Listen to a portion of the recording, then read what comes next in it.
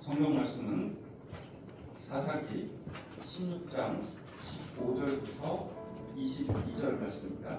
공독하겠습니다. 들릴라가 삼손에게 이르되 당신의 마음이 내게 있지 아니하면서 당신이 어찌 나를 사랑한다 하냐. 당신이 이로써 3번이나 나를 희롱하고 당신의 큰 힘이 무엇으로 말미암아 생기는지를 내게 말하지 아니하느냐 하며 날마다 그 말로 그를 재촉하여 죽으매 삼손의 마음이 번뇌하여 죽을 지경이라. 삼손이 진심을 드러내어 그에게 이르되 내 머리 위에는 삭도를 대지 아니하였나니 이는 내가 모태에서부터 하나님의 나시린이 되었습니다. 만일 내 머리가 밀리면 내 힘이 내게서 떠나고 나는 약해져서 다른 사람과 같으리라 하니라. 들릴라가 삼손이 진심을 다 알려줌으로 사람을 보내어 블레셋 사람들의 방백들을 불러주되 삼손이 내게 진심을 알려주었으니 이제 한 번만 올라오라 하니 블레셋 방백들이 손에 은을 가지고 그 여인에게로 올라오니라. 들릴라가 삼손에게 자기 무릎을 베고 자게 하고 사람을 불러 그의 머리털 7가닥을 밀고 괴롭게 하여 본즉 그의 힘이 없어졌더라. 들릴라가 이르되 삼손이여 블레셋 사람이 당신에게 들이닥쳤느니라 하니 삼손이 잠을 깨며 이르기를 내가 전과 같이 나가서 몸을 떨치리라 하였으나 여호와께서 이미 자기를 떠나신 줄 그를 깨닫지 못하였더라. 블레셋 사람들이 그를 붙잡아 그의 눈을 빼고 끌고 가사에 내려가 노줄로 매고 그에게 목에서 맷돌을 돌리게 하였더라. 그의 머리털이 밀린 후에 다시 자라기 시작하니라. 아멘. 진심이 드러나는 순간이라는 제목으로 황선 목사님께서 말씀을 전해주시겠습니다. 네, 할렐루야. 이제 말씀을 가지고 나눌 텐데요. 저를 아직 모르시는 분이 혹시나 계실까봐 저는 교통대에서 캠퍼스 처치 담임 목사를 하고 있고 여기 교수님들과 교직원분들, 팬들과 함께 캠퍼스 사역을 함께 하고 있는 황세원 목사라고 합니다. 오늘 말씀은 진심이 드러나는 순간 사사기 말씀을 가지고 나누려고 하는데요. 나시린이라는 뜻은 다 의미는 알고 있을 겁니다. 이 나시린이라는 것은 미시마의 어떤 고전 라비 문헌에 보면 30일 동안 자기를 구별하여 드리는 그런 사람들을 나시린이라고 의미한다고 합니다. 근데 보통 이 나실인이라고 하면 이 나실인의 정의는 자기의 판단, 자기의 의지적 판단을 가지고 내가 하나님께 드리겠다라고 하는 선포이자 선언입니다. 근데 오늘 삼손이라는 인물이 참 독특하죠. 나실인은 자기가 직접 하나님께 드리는 행위인데 이 삼손은 태어나면서부터 나실인입니다. 하나님이 작정하신 인물이죠. 어떻게 보면 삼손은 자기가 나실인이 되겠다라는 의지보단 나는 나실인으로 태어났다라고 하는 생각이 더 분명했을 겁니다. 이게 조금 차이죠. 모태기 신앙을 가진 분들하고 좀 비슷하게 맥락적으로 같다고 볼 수 있겠죠. 기독교 집안 안에서 태어나면 내가 그리스도인이다 라고 하는 그 경계점을 넘어서는 그런 삶의 변곡점 없이 나는 그리스도인으로 태어났으니까 나는 그리스도인이야 이렇게 받아들이는 것과 똑같다라는 말입니다. 이 나실인이라는 것이 어떻게 보면 자기 의지적으로 내가 하나님의 사람이 되겠다, 드리겠다 라고 하는 표현이기도 하지만 엄연히 말하면 이 나실인이 된다는 건 하나님이 받아주시는 게 중요한 포인트입니다. 하나님이 어떻게 받을까가 사실은 이 나실인의 핵심이죠. 근데 오늘 이 삼손의 인물을 보면 삼손은 사건이 벌어지기까지 하나님께 드려질 만한 그 어떠한 것이 분명히 존재하지 않습니다. 근데 하나님께 드릴 만한 것이 아무것도 없는 그 인생을 이 성경은 조명하고 있다라고 하는 거죠. 저는 늘 그리스도인이 된 이후로부터 지금까지 한 번도 이 생각을 먼저 본 적이 없는데 바로 무슨 생각이냐면 왜 하필 나인가? 이 생각을 항상 합니다. 하나님이 어떤 부르심을 주고 그 부르심 앞에 설 때마다 하나님 왜 하필 저죠? 어떨 때는 어떠한 영혼들을 섬기다가 마음이 상처가 되고 힘이 들어서 도무지 하기 싫은데 왜 하나님 저예요? 이건 저 혼자만의 질문은 아닐 겁니다. 학생들을 섬기다 보면 학생들도 그렇죠. 교회에서도 애들도 그러잖아요. 막 얘들아 이거 해야 돼, 이거 하자. 쟤는 아는데 왜 하필 저만 해야 돼요? 이 질문이 항상 제 안에서도 제 주변 안에서도 많은 그리스도인의 삶 속에서도 던져진다라는 거죠. 가끔 아이들을 이제 초등학교, 중학교 아이들을 양육하다 보면 그런 말 진짜 많이 들어요. 목사님 쟤는 안 하는데 왜 저만 해요 맨날? 쟤는 맨날 교회 안 나오고 아무것도 안 하는데 왜 저만 하죠? 이런 말을 진짜 많이 듣습니다. 그러다 보니까 저는 이 질문에 항상 고민을 하지 않을 수가 없어요. 삼손도 그런 생각을 하지 않았을까요? 왜 하필 나일까? 왜 나여야만 할까? 근데 사실 삼손이 이런 생각을 했을까 하는 건 제 상상이자 픽션이자 상상력이지만 저는 가늠하건대 삼손은 한 번도 그런 생각을 해본 적이 없을 것 같아요. 왜 하필 나일까가 아니라 나는 이미 하나님이 선택하셨어. 그러니까 하나님의 자녀야 라고 하는 생각이 아무 거침없이 아무런 부담감 없이 그냥 받아들였다는 거죠. 모태신앙의 특징이 있습니다. 장점이죠. 모범적입니다. 다르게 살아서 겉으로는 티가 안 나요. 아주 잘 살아요. 좋은 신앙인처럼 잘 포장이 돼요. 그래서 세상에 나가서도 좋은 그리스도인인 것처럼 살아가는 경우가 굉장히 많습니다. 근데 거꾸로 이 내면을 짐작해보면 이 내면 안에는 사실은 하나님을 믿는 그 어떤 흔적이나 감격스러움이나 뜨거움이 잘 발견되기가 어렵습니다. 아마도 이 삼손은 그런 인물일 겁니다. 그리스도의 집안 안에서 태어나서 너는 하나님의 자녀야. 그러니까 하나님의 능력과 힘, 이 모든 것을 부여받고는 살아가고는 있지만 그 안에 하나님을 향한 어떠한 번민과 고민이 단 한 번도 없는 그런 삶을 살아왔다라는 거죠. 더 나아가면 하나님 안에 내가 아버지와 어머니의 가정 안에서 예배도 드리고 말씀도 듣고 하나님의 그 자녀처럼 살아가는 모든 모습에 사실은 내가 하나님의 자녀에 걸맞지 않아 라는 죄인된 모습을 한 번도 거쳐본 적이 없는 인물입니다. 이 삼손이 사자와 꿀이라고 하는 그 아실 거예요. 죽은 사체에서 꿀을 먹었는데도 아버지한테 말하지 않는다라는 성경의 기록이 나와요. 우리는 이거 그냥 지나갔죠. 이게 왜 중요한지 아십니까? 나시린의 법 안에는 죽은 사체를 절대 손대면 안 되는 법이 있어요. 그러니까 이 나시린은 아버지가 보기에, 그러니까 주변 사람이 보기에 별 문제가 없으면 나는 좋은 신앙이야 라고 생각을 하는 겁니다. 감추면 되는 거예요. 이게 삼손이 가지고 있는 신앙적 태도라는 거죠. 저는 여기서 그런 생각을 해봐요. 그러면 삼손은 자기가 판단하지 않고 자기가 결정하지 않고 나시린이 되었습니다. 마치 태어날 때부터 그리스도인이 된 친구들에게 너가 하나님의 자녀니까 하나님의 자녀처럼 살아야 돼 라고 하는 이 동기부여가 제대로 적용되지 않을 수 있다라는 겁니다. 그러면 삼손은 어떻게 설명할 수 있을까요? 내가 하나님을 위해서 살아야 할까?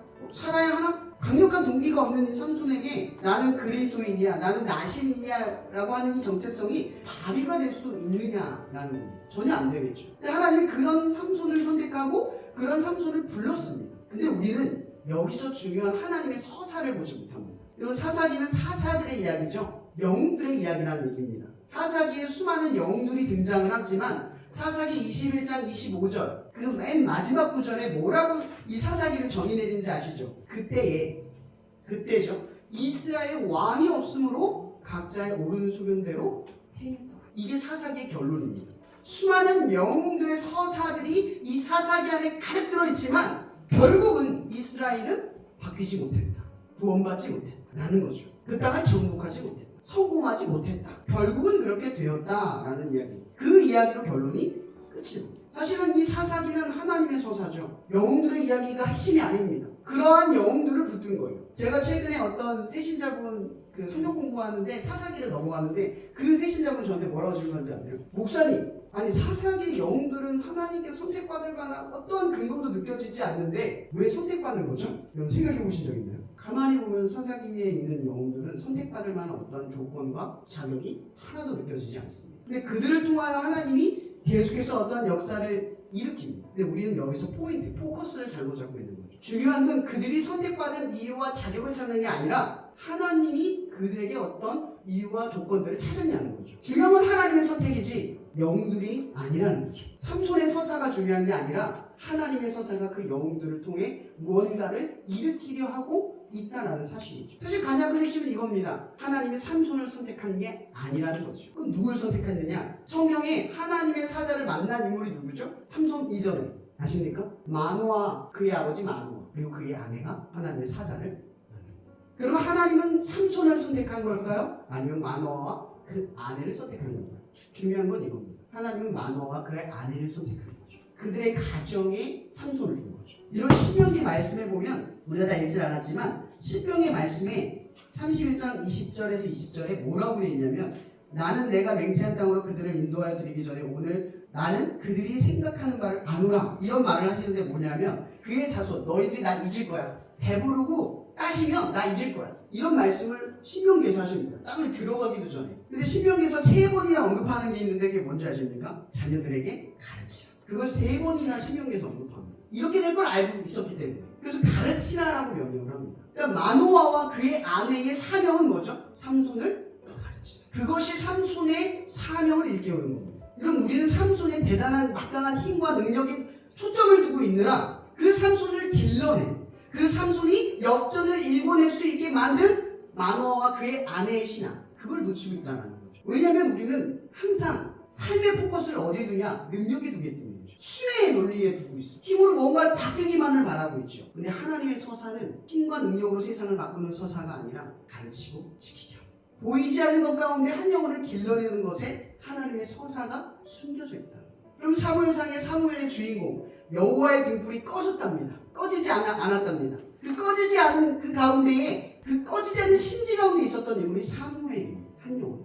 우리는 세상을 바꾸려면 큰 교회, 큰 돈, 큰 어떤 제도적, 어떤 운동, 뭐 역동적 역사 이런 것들이 있어야 한다고 생각할지 모릅니다. 근데 하나님의 세상을 바꾸는 방식은요, 한 사람에게 있다. 한 사람이면 충분하다. 이게 하나님의 서사예요. 오늘 이 삼손이라고 하는 영혼을 보느라 우리가 보지 못한 포커스 하나가 있습니다. 그게 뭐냐면 가르치고 지키게 하라. 이 말씀 어디서 들어본 적 있지 않으세요? 마태복음 28장 19절에서 10절의 말씀. 18절에서 이렇게 말하죠. 예수께서 이르시되 올라가시기 전에 우리에게 명령합니다. 너희는 모든 민족을 제자로 삼고 가르치고 지키게 하라. 여러분, 예수님께서 우리에게 돈을 엄청나게 벌어, 뭐 좋은 직책과 직분을 가져, 뭐 힘을 얻어, 똑똑한 사람이 돼, 재능이 있어야 돼, 이렇게 선포하신 게 아니라 너희는 가서 가르치고, 근데 그 가르치고 지킬 때 그들이 가진 것을 가지고 와라는 거예요. 여러분, 제주도에 가면 해녀들이 서로 이렇게 고참 해녀가 후배 해녀들한테 이런 말을 꼭 한다고 합니다. 너 오늘 너 숨만큼만 일하고 와. 왜 그러냐면 욕심을 부리다가 숨을 넘어갈 때 잠수편에 가서 그냥 호로록 기절해버린다. 그래서 자기가 숨이 이 정도까지라고 할 때 딱 빠져나올 수 있는 결단력이 필요하다는 거죠. 욕심을 버려야 한다라는 거예요. 이것을 우리가 인용해 볼 때, 우리가 하나님의 사역을 할 때 우리의 숨만큼만 하면 된다는 거죠. 하나님이 우리에게 무언가를 요구할 때 그 이상을 바라는 게 아니라는 겁니다. 삼손에게 삼손의 만큼, 마노아에게 마노아의 만큼. 모세는 가나안 땅에 들어가지 못했죠. 여호수아는 가나안 땅에 들어가서 역동적인 역사를 일으켰습니다. 누가 더 대단하게 산 겁니까? 여호수아죠. 근데 지금 우리가 기억하는 건 모세가 더 큰 인물이라고 기억합니다. 왜죠? 40일 동안 이스라엘을 가르치고 지키며 이끌었던 흔적을 더 귀중하게 바라보기 때문입니다. 두 번째 포커스입니다. 삼손이 진심을 드러내어 그에게 이르되 내 머리 위에 삭도를 내지 아니하니라. 이는 내가 모태에서부터 하나님의 나신이 되었음이라. 만일 내 머리가 밀리면 내 힘이 내게서 떠나고 나는 약해져서 다른 사람과 같으니. 여러분, 이 말을 잘 들어보면 이 삼손의 진심이 드러나는 게 뭐냐면 이런 겁니다. 나는 머리카락이 잘리지만 않으면 힘이 사라지지 않아. 이렇게 말을 하는 겁니다. 이게 삼손의 진심입니다. 이 머리카락이 상징하는 게 뭐냐? 얼마 전에 말씀을 나눴는데 블레셋과 이스라엘이 사무엘 4절에서 싸웁니다. 그 싸울 때 여호와의 언약궤를 진영으로만 가지고 오면 이스라엘은 이길 거라고 생각을 합니다. 근데 그 전에 무슨 사건이 일어나냐면 홈리와 비느하스가 하나님께 드리는 제물을 드릴 때마다 그 제물을 더럽히고 그것을 무너뜨립니다. 근데 그 언약궤를 가져오는 사람이 누구냐? 홈리와 비느하스입니다. 근데 이스라엘 사람들이 몰랐을까요? 아니요. 알아도 상관이 없는 겁니다. 왜죠? 수단과 방법을 가리지 않아도 언약궤가 진영 안에만 오면 이기기 때문에. 이게 무슨 얘기냐면 머리카락만 지키면 나는 하나님의 자녀야. 머리카락만 있으면 나는 하나님의 능력으로 이길 수 있어. 뭐가 빠진 거죠? 언약궤만 있으면 우리는 이겨! 이게 뭐가 빠진 거죠? 중요한 건 언약궤가 아니고 중요한 건 머리카락이 아니라는 거예요. 근데 우리는 신앙생활을 할 때 어떻게 하냐면 머리카락만 지킨다는 거예요. 이것만 지키면 문제가 없습니다. 이게 이런 겁니다. 하나님과의 관계성은 멀어져도 내가 교회적으로 신앙적으로 뭔가 활동을 하고 있으면 아무 문제 없다고 살아갑니다. 왜? 삶에 고난이 없어요. 우리는 고난이 생기지 않으면 하나님의 관계를 되짚어보지 않아요. 여러분, 이 삼손이 능력으로 힘있고 살아가니까 하나님이 그의 삶의 현장에 나타나질 않아요. 그러니까 이 삼손이 무슨 생각을 하는 겁니까? 머리카락만 지키면 돼. 이게 삼손의 진심이었어요. 여러분의 진심은 어떤 진심을 가지고 계십니까? 내 힘이 어디서부터 흘러나온다고 생각합니까? 착해서? 선해서? 하나님의 일을 많이 해서? 좋은 직분과 좋은 능력과 재능과 힘을 갖고 있기 때문에 여러분, 그건 머리카락에 불과합니다. 우리의 힘은 어디에 있느냐? 바로 지금 중요한 핵심은 이거죠. 19절 20절에 보면 이런 말이 있습니다. 삼손이 잠을 깨어 이르기를 내가 전과 같이 나가서 몸을 떨치리라 하였으나 여호와께서 이미 자기를 떠나신 줄을 깨닫지 못하더라. 여러분 이게 왜 이렇게 성경이 구체적으로 설명했을까요? 삼손이요 머리카락이 잘려서 힘이 사라진 건 알았는데 뭘 몰랐다고요?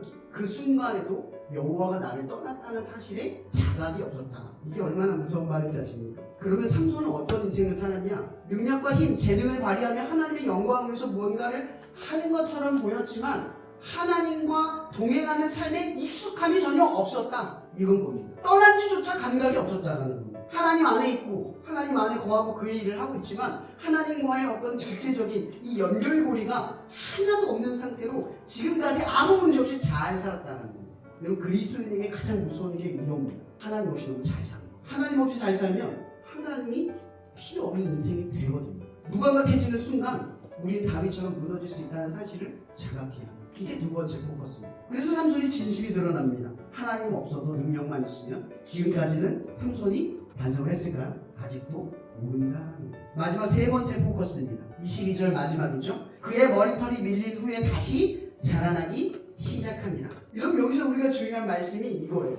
다시 자라나기 시작했다. 여러분 지금 삼손은 어떤 상태입니까? 끌려갔을 때 어떤 상태죠? 눈이 파였습니다. 그리고 큰 커다란 물맷돌, 황소가 끄는 물맷돌을 사람이 끄는 걸 사람들이 구경하는 동물원 원숭이가 되고 있어요. 사람들은 그걸 보고 조롱하고 구경을 합니다. 삼손은 그걸 밤낮으로 밀고 밉니다. 모든 것이 무너지고 모든 능력이 사라졌고 아무것도 아닌 존재가 되어버렸습니다. 그럼 그가 맷돌을 매일매일 부르고 있습니다. 삼손은 무슨 생각을 했을까요? 그의 인생에 의미가 있었을까요? 자기 스스로 판단하기 차라리 죽었으면 끝나지 않았을까요? 끝났으면 좋겠다 생각하지 않았을까요? 근데 오늘 말씀 부분에 그런 순간을 이렇게 말합니다. 그의 머리털이 밀린 후에 다시 자라나기 시작. 분명 마노아와 그의 아내가 이 삼손에게 나신으로서 살아가야 되는 모든 것을 가르치고 지키게 해야 했지만 삼손은 그렇게 자라나지 못했습니다. 그런데 그런 삼손을 누가 길러내느냐? 바로 이 맷돌을, 이 커다란 맷돌을 굴리고 있는 이 삼손을 지금 기르고 있다는 겁니다. 어떻게 해요? 두 눈이 파인 상태로 그를 끌고 있는데 머리카락이 자라나. 마태복음에 보면 이런 말이 있죠. 너에게는 머리털까지 세신 바 되었나니. 이 머리털이 자라는 건 아무 이유 없이 기록을 해놓은 게 아닙니다. 삼손은 모든 것이 끝났지만 하나님은 그의 머리털이 자라나도록 그를 다시 길러내고 있는 겁니다. 이것이 은혜. 삼손이 지금 나신으로 거듭납니다. 자기 스스로 나신이 된 것이 아니라 하나님이 그를 나신으로 길러내고 있습니다. 모든 것이 무너진 것 같은 그 순간 하나님이 우리를 그렇게 길러내고 있다는 거죠. 학교를 섬기는 여러분들에게도 그런 고민이 있을 겁니다. 내가 한다고 바뀌지 않는 현장, 뭔가 나 혼자만 한다고 하는 이 현장, 희망과 소망이 느껴지지 않는 이 현장, 머나먼 이 기독교의 미래를 보거나 학교 캠퍼스를 보면 답답하지만 이 현재를 감당해야 되는 이 현장, 이런 그것이 우리의 두 눈이 파이고 맷돌을 돌리고 있는 순간이 아닐까 생각합니다. 근데 그런 아무런 의미가 없는 순간에 삼손의 머리카락에 자라나게 하시다. 여러분들을 그렇게 자라나게 하실 것입니다. 가르치고 지키게 하라. 여러분 이 일은 눈이 파이고 돌을 굴리는 아무런 의미 없는 발걸음처럼 느껴질 수가 있습니다. 그러나 오늘 본문을 기억하십시오. 그의 머리털이 다 자란 후에 그 머리털이 자라나. 가르치고 지키게 하는 일을 멈추지 않는 여러분이 되길 바랍니다. 캠퍼스에서 한 영혼을 길러내는 그 일에 하나님의 역사의 한 축으로 그들을 길러낼 수 있는 저와 여러분이 되기를 바랍니다. 맷돌을 끌고 있는 두 눈이 보이지 않는 순간을 걷는 순간에도 우리의 머리카락을 자라나게 하셔서 우리는 그리스도의 그리고 하나님의 자녀로 자라나게 하실 예수님의 이름으로 축복합니다. 말씀 마치겠습니다. 사랑해 주님 감사합니다. 이 시간 오늘 캠퍼스 섬기는 이 소중한 교수님들이 지금 이곳에 있습니다. 하나님 여호와의 등불이 아직도 건재하니 이 캠퍼스 곳곳마다 한 영혼 한 영혼을 세우는 이 소중한 발걸음이 지치지 않도록 항상 함께하여 주시옵소서. 마노아와 그의 아내처럼 삼손을 길러내게 하시고 또한 그 길러낸 영혼들이 곁길로 가고 그 수많은 실패와 어려움 속에 우리가 이 가르침에서 벗어나게 할지라도 삼손을 하나님의 자녀로 길러내신 것처럼 우리가 가르치고 지킨 그 영혼들이 언젠간 하나님의 손길에 붙들릴 수 있도록 우리의 역할을 포기하지 않고 끝까지 해낼 수 있게 인도하여 주시옵소서. 이 모든 것을 주님께 의탁하오며 감사하며 살아계신 예수의 이름으로 기도합니다. 아멘.